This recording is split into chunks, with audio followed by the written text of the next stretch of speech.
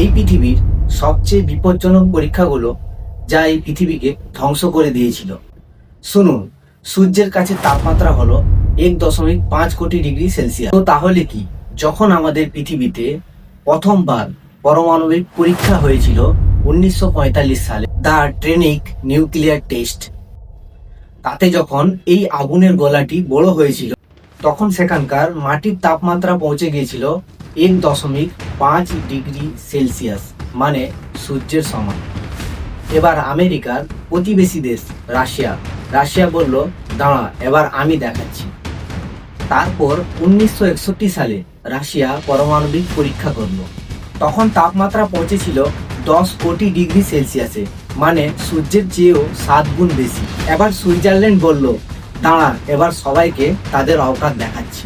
সুইজারল্যান্ডের সান ল্যাবরেটরিতে 2012 সালে 2 কণিকাকে আলোর গতিতে সংঘর্ষ করানো হলো।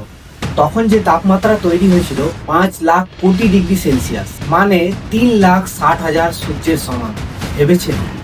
এই রকম মজার বিষয় জানার জন্য চ্যানেলটিকে সাবস্ক্রাইব করে যাবেন।